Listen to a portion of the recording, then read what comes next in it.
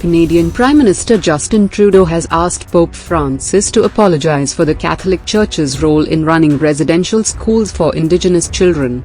Trudeau's appeal came after nearly 1,000 bodies of Indigenous children were found in 2 mass graves in June 2021.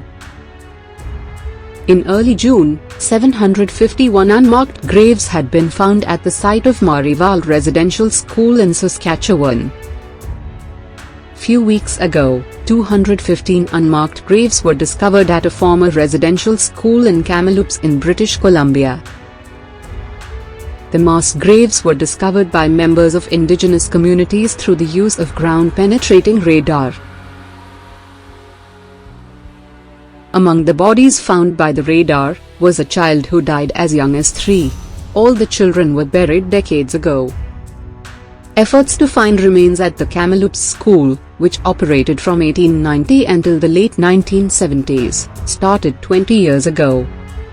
Leaders of Indigenous communities anticipate that more remains would be discovered as the ground is scanned further.